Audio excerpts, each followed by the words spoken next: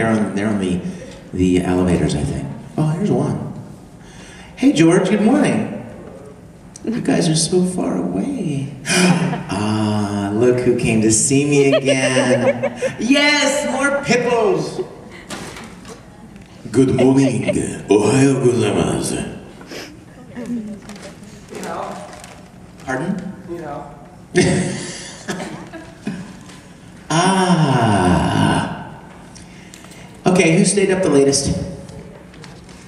Did you? How late did you stay up? How late did you stay up? About 12:31 o'clock. How late did Oh, I you don't stay think that up? was the latest. Unless, how about you, Okay. Mike? How late did you stay up? Let's see. 1:30 a.m. Yeah. I've got you guys beat. I was up until, what, 2? After 2. I wasn't, hey, good morning. I wasn't partying, but I was up. So was I. Excellent. Okay, who was up till 3? Ooh! He swoops in and takes over. 4! Wow! All right, you win. He cheated. Good morning.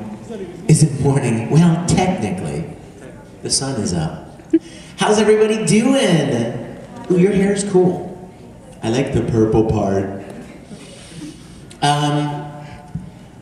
I wanted to show you guys some cool stuff today, but apparently someone stole some video equipment last night. So there is no projection equipment apparently, or they had to move it somewhere else. So I think somebody took some stuff out of the video rooms, so they had to take the stuff that was in here and put it in the video rooms. So, alas, it's not meant to be. But that just gives us more time to chat, right? Yeah. Alrighty then. What should we talk about this morning? Who's coherent enough to form a question? Ta-ha? Put that in the form of a question, please. Ta-ha? How do you ta-ha? Ask her, she's the ta-ha queen. I don't know. Yes, sir. How many hours did he tell you? How many hours did it take to put that fabulous vid yesterday together? Oh my gosh, how many of you were here yesterday and saw the video?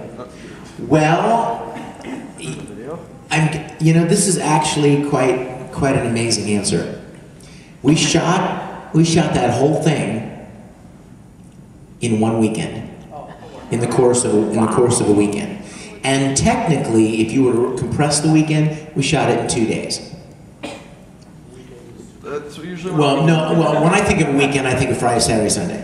a convention weekend. We shot it some on Friday afternoon, all day Saturday, and Sunday night. So, it was, and you know, when you've got that many people involved in something like that, you got to get it done quick. You know, you got to have it really tightly planned. Like, we're going to go here, and we're going to shoot this, and we need you, and you. And then we're going to get in the bus, and we're going to go back over here, we're going to shoot this, and we need you, and you.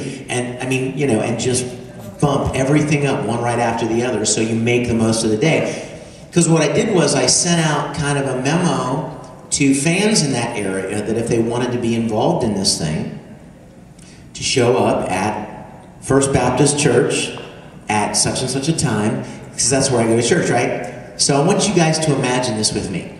The church even let me borrow one of their church buses because I had like 30 people. Now I want you to imagine a bus that says First Baptist Church on it, pulling up, and a bunch of homunculi pouring out. Right? That is an image right there.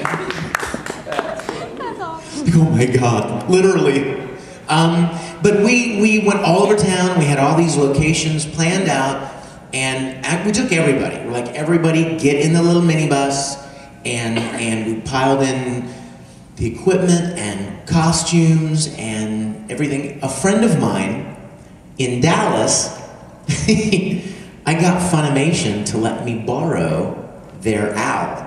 The owl, I mean, where did he come from? I mean, you guys saw him, he was amazing.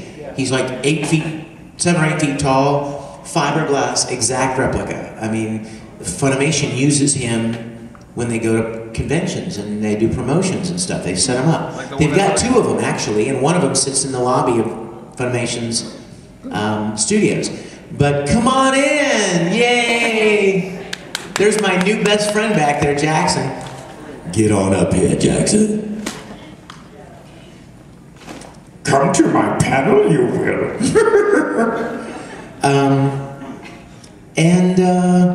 And so my friend up in Dallas, I mean, how do you get an 8-foot owl from Dallas to Houston? He's a big honk, and of course Funimation very protective of this, obviously. So my friend Jeff lives in Dallas. We rented a U-Haul and put Al in the U-Haul, and Jeff drove him from Dallas to Houston. Incidentally, Jeff was the one dressed as Greed that was on the payphone, and he was playing Greed for me. And he's a huge Star Wars fan, and he's really great with costumes and props. So when he showed up, he had gone to great lengths to make this Greed costume that was just like perfect, you know? And I'm like, yeah, that's you, man, that's you, Jeff, you know? He's just so meticulous about that kind of stuff. So Al came down in a U-Haul, and then everything else we put in the church van, church kind of a minibus, and just would drive around, and everyone would just kind of sit around, and if we needed a couple people to jam into the elevator, if we needed some people sitting around the doctor's office, if we needed people walking around the bus station, if we needed people walking down the street downtown in Houston, when Ed's just kind of walking down the street and he sees, oh my gosh, there's Wrath and there's Scar and that kind of stuff. So it was quite an undertaking. And we were going to shoot the final scene, the rain, the thunderstorm. We were going to shoot that on Saturday night. So actually the whole thing would have been shot starting on Friday afternoon and ending on Saturday night. And we couldn't, you know why? Because it rained.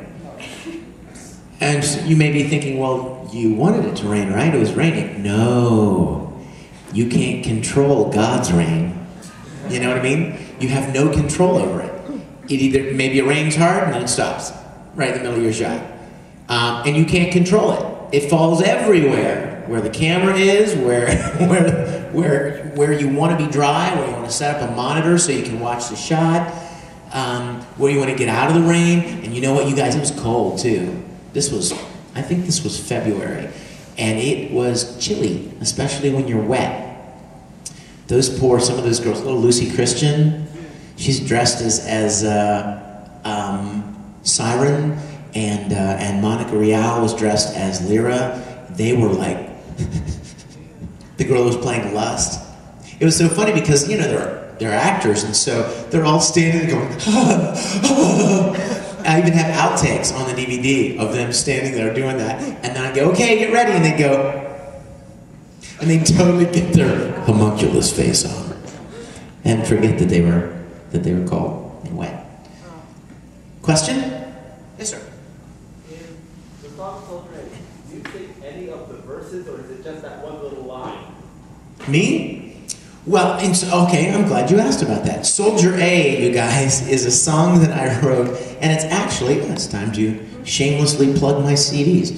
Soldier A is on this CD. I will have them available at my autograph session.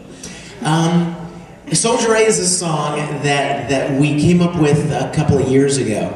And the whole point of the song is that voice actors are always called upon to play these characters that are nobody in particular. They yell and then they die. Those kind of guys, you know, anime, they're all over anime.